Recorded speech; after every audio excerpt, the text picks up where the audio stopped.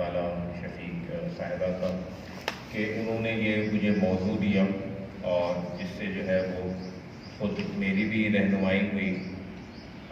میرا جو موضوع ہے وہ یہ ہے کہ حضرت داؤد اور زبور اسلام یعنی مسلمانوں کے ہاں کیا حیثیت رکھتی ہے۔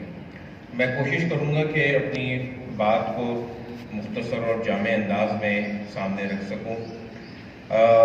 سب سے پہلے تو یہ کہ حضرت داؤد انبیاء کرام میں سے اہم نبی ہیں، کیونکہ اللہ تعالیٰ نے پورے قرآن کریم میں 27 انبیاء کا ذکر کیا ہے۔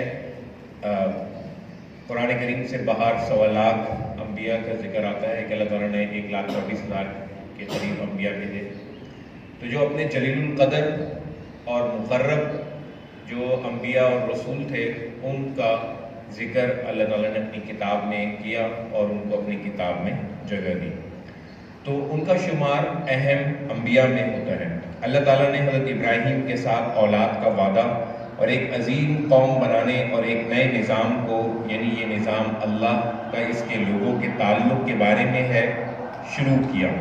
اور حضرت ابراہیم نے بڑی قربانی دی اور حضرت موسیٰ نے مصر میں فصح کی قربانی کے ذریعے بنی اسرائیل کو فرعون سے آزاد کرایا اور پھر ان کو ایک قانون دیا تاکہ وہ ایک قوم ہو سکیں۔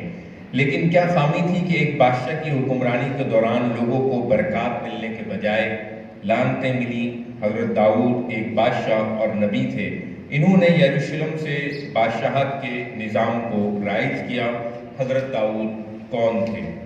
حضرت داؤد حضرت ابراہیم سے 1000 سال قبل مسیح اور حضرت موسیٰ کے 500 سال کے بعد نازل ہوئے، اور حضرت داؤد نے شروع میں اپنے خاندان کی بھیڑوں کی چوپانی کرنے لگے۔ بنی اسرائیل کے دیو ہیکل دشمن جالوت نے اسرائیل کے خلاف فوجی مہم جوئی کی اور اسرائیل اس وجہ سے پریشان اور گھبرائے۔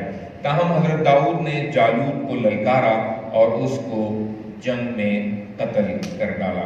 یہ بڑی قابل فخر بات تھی کہ ایک چھوٹے لڑکے نے جو بھیڑوں کا چرواہا تھا اس نے ایک دیو ہیکل فوجی کو مار ڈالا، اس لیے حضرت داؤد بہت زیادہ مشہور ہو گئے۔ تب بنی اسرائیل نے اپنے دشمن کو شکست دی۔ قرآن شریف نے ہمیں اس جنگ کے بارے میں بتایا ہے جو درج ذیل ہے، فَهَزَمُوهُمْ بِإِذْنِ اللَّهِ وَقَتَلَ دَاوُودُ جَالُوتَ وَآتَاهُ اللَّهُ الْمُلْكَ وَالْحِكْمَةَ وَعَلَّمَهُ مِمَّا يَشَاءُ وَلَوْلَا دَفْعُ اللَّهِ النَّاسَ بَعْضَهُمْ بِبَعْضٍ لَفَسَدَتِ الْأَرْضُ وَلَكِنَّ اللَّهَ ذُو فَضْلٍ عَلَى الْعَالَمِينَ۔ ترجمہ، پھر انہوں نے ان جالوتی فوجوں کو اللہ کے امر سے شکست دی اور داؤد علیہ السلام نے جالوت کو قتل کر دیا، اور اللہ نے ان کو یعنی داؤد علیہ السلام کو حکومت اور حکمت عطا فرمائی اور انہیں جو چاہا سکھایا۔ اور اگر اللہ ظلم و جور روا رکھنے والے امن دشمن لوگوں کے ایک گروہ کو تکریم انسانیت اور امن کا تحفظ کرنے والے دوسرے گروہ کے ذریعے نہ ہٹاتا رہتا تو زمین پر انسانی زندگی کے بعض جابروں کے مسلسل تسلسل اور ظلم کے باعث زمین برباد ہو جاتی، مگر اللہ تمام جہانوں پر بڑا فضل فرمانے والا ہے۔ یہ دراصل ایک خدائی قانون ہے جس کا ذکر یہاں پہ کیا کہ داؤد علیہ السلام سے انہوں نے ایک جابر جو بادشاہ تھا اس کو قتل کرایا۔ قرآن کریم میں سورہ حج میں بھی اللہ تعالیٰ یہ ارشاد فرماتے ہیں وَلَوْلَا دَفْعُ اللَّهِ النَّاسَ بَعْضَهُمْ بِبَعْضٍ لَفَسَدَتِ الْأَرْضُ، کہ اگر اللہ تعالیٰ لوگوں کے ذریعے سے اگر لوگوں کو ایک دوسرے سے ہٹاتا نہ رہے اور دفع نہ کرتا رہے تو زمین پر فساد برپا ہو جائے۔ یعنی اللہ کا ایک قانون ہے کہ جو بھی ظالم اور جابر ہوتا ہے اس کے لیے ایک انصاف کرنے والا اور اس سے چھٹکارا دلانے والا وہ ایک اللہ تعالیٰ پیدا کرتا ہے اور اس ظلم اور جبر کا ایک وقت کے بعد خاتمہ کرتا ہے، کیونکہ اللہ تعالیٰ یہ چاہتے ہیں کہ زمین پر اسی کی حکمرانی قائم ہو اور سب نظریات رکھنے والوں کو، سب عقیدہ رکھنے والوں کو موقع فراہم کیا جائے، ان سے ڈائلاگ ہو، ان کے ساتھ دعوتی سطح پر مکالمہ ہو، لیکن ان کے ساتھ جبر اور زبردستی کا معاملہ نہ ہو۔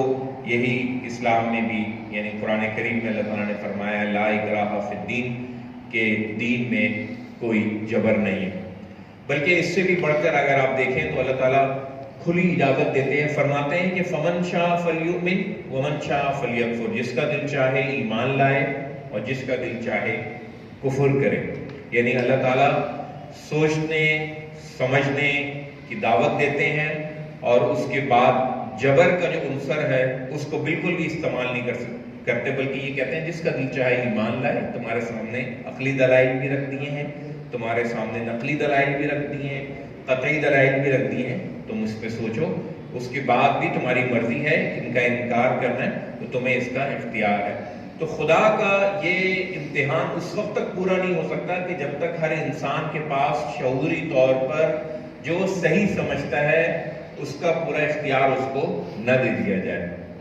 اس کے بعد اس جنگ کے بعد حضرت داؤد ایک جنگجو کے طور پر بہت مشہور ہوئے۔ اس طرح حضرت داؤد طویل اور مشکل تجربات کے بعد بادشاہ بن گئے، کیونکہ ان کے دشمن کافی تھے۔ حضرت داؤد کے بنی اسرائیل میں اور باہر دوسری قوموں میں دشمن موجود تھے۔ کتاب مقدس میں پہلے اور دوسرے سموئیل کی کتابوں میں ان کی مشکلات اور فتوحات کا ذکر پایا جاتا ہے۔ حضرت سموئیل جو بنی اسرائیل کے نبی تھے، انہوں نے حضرت داؤد کو مسح یعنی مخصوص کیا تھا۔ حضرت داؤد خوشکن اور نغمگین آواز کے حامل تھے، جنہوں نے اللہ تعالیٰ کی شان میں خوبصورت حمد اور نظمیں بھی کہیں، یعنی خود اللہ تعالیٰ نے ان کی تعریف اپنی آخری کتاب میں کی اور فرمایا کہ اصبر علی ما یقولون واذکر عبدنا داؤد ذا الاید انہ اواب انا سخرنا الجبال معه یسبحن بالعشی والاشراق والطیر محشورا کل له اواب وشددنا ملکہ وآتیناہ الحکمۃ وفصل الخطاب۔ اے حبیب مکرم، یعنی نبی کریم صلی اللہ علیہ وسلم سے خطاب ہو رہا ہے کہ جو کچھ وہ کہتے ہیں آپ اس پر صبر جاری رکھیے، یعنی آپ کے جو مخالفین کہتے ہیں، اور ہمارے بندے داؤد کا ذکر کریں جو بڑی قوت والے تھے، بے شک وہ ہماری طرف بہت رجوع کرنے والے تھے۔ یعنی ان پر بھی مشکلات آئیں، ان کے بھی دشمن تھے، تو انہوں نے قوت کے باوجود ہماری طرف رجوع کیا، اپنی قوت پر بھروسہ نہ کیا۔ آپ کو بھی یہی چاہیے کہ آپ کو جو دشمن اذیتیں دے رہے ہیں زبانی اور جانی، آپ اس پر بھی صبر کیجئے اور ہماری طرف رجوع کیجئے۔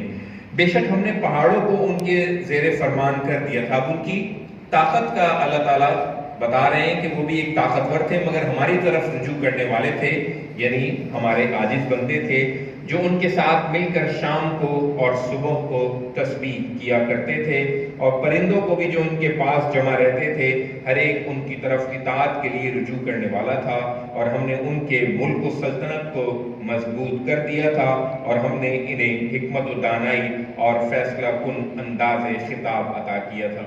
یعنی بتایا جا رہا ہے کہ ان کے صبر کے بدلے میں ہم نے ان کو بادشاہ بنایا، ان کو ملک و سلطنت ان کی مضبوط کی، اور ان کو حکمت و دانائی عطا فرمائی، اور ان کو ایک بہترین خطاب کرنے کا طریقہ اور فن عطا فرمایا۔ لہذا آپ بھی اے رسول صبر کیجئے تو اللہ تعالیٰ آپ پر بھی اس طرح کے انعام و اکرام کی بارش کرے گا۔ ان آیات میں بتایا گیا کہ حضرت داؤد ایک مضبوط جنگجو تھے، لیکن ان کی تعریف حمد و گیت بنانے پر بھی ہوئی۔ اللہ تعالیٰ نے حضرت داؤد کو ایک بادشاہ ہونے کی حیثیت سے حکمت اور بولنے کی عقل بخشی تھی۔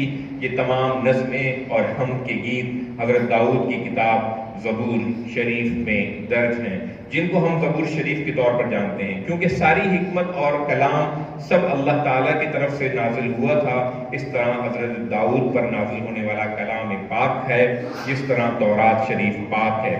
قرآن شریف اس بارے میں یوں فرماتا ہے وَرَبُّكَ أَعْلَمُ بِمَنْ فِي السَّمَاوَاتِ وَالْأَرْضِ وَلَقَدْ فَضَّلْنَا بَعْضَ النَّبِيِّينَ عَلَى بَعْضٍ وَآتَيْنَا دَاوُودَ زَبُورًا۔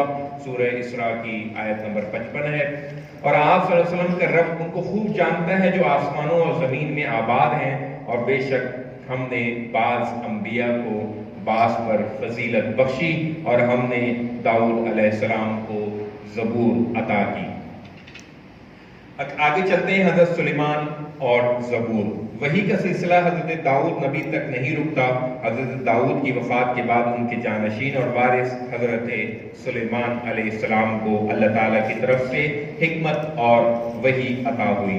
قرآن شریف میں اس طرح بیان کیا گیا ہے کہ وَوَهَبْنَا لِدَاوُودَ سُلَيْمَانَ نِعْمَ الْعَبْدُ إِنَّهُ أَوَّابٌ، سورہ صاد آیت نمبر 30۔ اور ہم نے داؤد علیہ السلام کو فرزند سلیمان بخشا، وہ کیا خوب بندہ تھا، بے شک وہ بڑی کثرت سے توبہ کرنے والا تھا۔ وَنَصَرْنَاهُ مِنَ الْقَوْمِ الَّذِينَ كَذَّبُوا بِآيَاتِنَا إِنَّهُمْ كَانُوا قَوْمَ سَوْءٍ فَأَغْرَقْنَاهُمْ أَجْمَعِينَ وَدَاوُودَ وَسُلَيْمَانَ إِذْ يَحْكُمَانِ فِي الْحَرْثِ إِذْ نَفَشَتْ فِيهِ غَنَمُ الْقَوْمِ وَكُنَّا لِحُكْمِهِمْ شَاهِدِينَ فَفَهَّمْنَاهَا سُلَيْمَانَ وَكُلًّا آتَيْنَا حُكْمًا وَعِلْمًا وَسَخَّرْنَا مَعَ دَاوُودَ الْجِبَالَ يُسَبِّحْنَ وَالطَّيْرَ وَكُنَّا فَاعِلِينَ، سورہ انبیاء آیت نمبر 78 اور 79۔ ترجمہ: اور حضرت داؤد اور سلیمان علیہ السلام کا قصہ بھی اے نبی یاد کیجیے، جب وہ دونوں کھیتی کے ایک مقدمے میں فیصلہ کرنے لگے، جب ایک قوم کی بکریاں اس میں رات کے وقت بغیر چرواہے کے گھس گئی تھیں اور اس کھیتی کو تباہ کر دیا تھا، اور ہم ان کے فیصلہ کا مشاہدہ کر رہے تھے۔ چنانچہ ہم ہی نے سلیمان علیہ السلام کو وہ فیصلہ کرنے کا طریقہ سکھایا تھا، اور ہم نے ان سب کو حکمت اور علم سے نوازا تھا، اور ہم نے پہاڑوں اور پرندوں تک کو داؤد علیہ السلام کے حکم کے ساتھ پابند کر دیا تھا۔ سب ان کے ساتھ مل کر تسبیح پڑھتے تھے، اور ہم بھی یہ سب کچھ کرنے والے تھے، آگے فرمایا کہ وَلَقَدْ آتَيْنَا دَاوُودَ وَسُلَيْمَانَ عِلْمًا وَقَالَ الْحَمْدُ لِلَّهِ الَّذِي فَضَّلَنَا عَلَى كَثِيرٍ مِّنْ عِبَادِهِ الْمُؤْمِنِينَ، سورۃ النمل آیت نمبر 15۔ اور بے شک ہم نے داؤد اور سلیمان علیہ السلام کو غیر معمولی علم عطا کیا، اور دونوں نے کہا کہ ساری تعریفیں اللہ ہی کے لیے ہیں، جس نے ہمیں اپنے بہت سے مومن بندوں پر فضیلت بخشی ہے۔ یعنی اللہ تعالیٰ قرآن کریم میں جو حضرت داؤد اور سلیمان کو علم عطا کیا گیا تھا، اس کی طرف نہ صرف اشارہ کر رہے ہیں بلکہ بتا رہے ہیں کہ وہ علم ہم نے ان کو دیا تھا، اور یقیناً جو ان کو علم دیا گیا تھا، جو وحی ان پر نازل ہوئی، وہ ہمیں اسی وقت ہی مل سکتی ہے کہ جب ہم زبور شریف کا غیر متعصبانہ طریقے سے مطالعہ کریں۔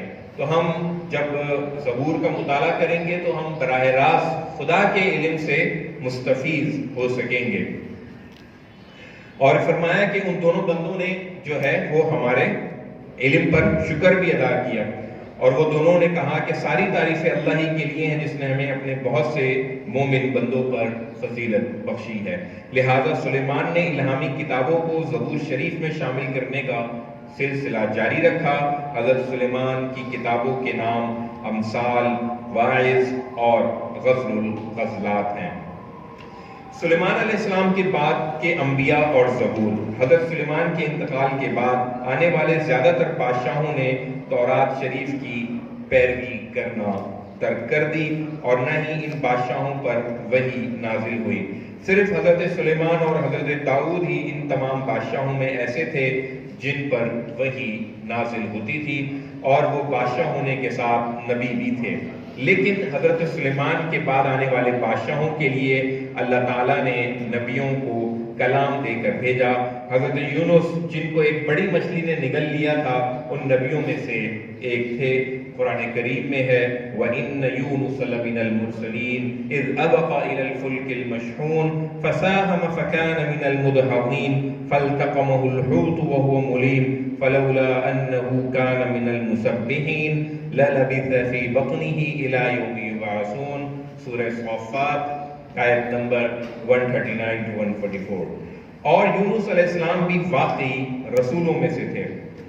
جب وہ بھری ہوئی کشتی کی طرف دوڑے، پھر کشتی بھور میں پھنس گئی تو انہوں نے قرہ ڈالا تو وہ قرہ میں مغلوب ہو گئے، یعنی ان کا نام نکل آیا، اور کشتی والوں نے انہیں دریا میں پھینک دیا۔ پھر مچھلی نے ان کو نگل لیا، اور وہ اپنے آپ پر نادم رہنے والے تھے۔ پھر اگر وہ اللہ کی تسبیح کرنے والوں میں سے نہ ہوتے تو اس مچھلی کے پیٹ میں اس دن تک رہتے جب لوگ قبروں سے اٹھائے جائیں گے۔ یعنی اللہ تعالیٰ نے ان کی توبہ قبول کی۔ اگر وہ نادم نہ ہوتے اور اپنے گناہ کا اعتراف نہ کرتے تو وہ قیامت تک اس مچھلی کے پیٹ میں رہتے. یہ اللہ تعالیٰ نے بات سورہ صافات میں فرمائی. اور یہ سلسلہ 300 سال جاری رہا، جس میں بہت سارے انبیاء کرام آتے رہے. ان پر اللہ تعالیٰ وحی کے ذریعے لوگوں کو گناہ سے خبردار کرنے کے لیے کلام اللہ نازل کرتا رہا. اس طرح یہ نبوتی کلام زبور شریف میں درج ہوتا رہا. آخری بابلی حکومت نے اسرائیلیوں پر فتح حاصل کی اور ان کو قید کر کے بابل لے گئے اور فارس کے بادشاہ کے ذریعے یروشلم واپس آ گئے. تاہم اس قید کے وقت بھی نبیوں کو بھیجا گیا تاکہ وہ اللہ تعالیٰ کا پیغام دیتے رہیں. یہ پیغامات زبور شریف کی آخری کتابوں میں لکھا گیا. قرآن کریم میں زبور کے حوالے سے پیشن گوئی بھی کی گئی ہے. سورہ انبیاء کی آیت نمبر 105 ہے، وَلَقَدْ كَتَبْنَا فِي الزَّبُورِ مِن بَعْدِ الذِّكْرِ أَنَّ الْأَرْضَ يَرِثُهَا عِبَادِيَ الصَّالِحُونَ کہ ہم نے زبور میں پند و نصیحت کے بعد یہ لکھ چکے ہیں کہ زمین کے وارث میرے نیک بندے ہی ہوں گے. یہاں یہ بات بتاتا چلوں کہ اکثر مفسرین کی رائے یہ ہے کہ اس زمین سے مراد جنت کی زمین ہے، کہ جنت میں اللہ تعالیٰ جو ہے اپنے نیک بندوں کو ہی اس کا وارث بنائے گا، جیسے کہ قرآن کریم کی دوسری آیات میں بھی ہے. آخری بات میں عرض کروں گا کہ زبور میں حضرت مسیح موعود کے آنے کا بھی ذکر ہے اور اس میں ان کی پیشن گوئی ہے. یہ تمام انبیاء کرام بہت ہی اہم ہیں کیونکہ ان کے پیغام میں انجیل شریف کی بنیاد پائی جاتی ہے.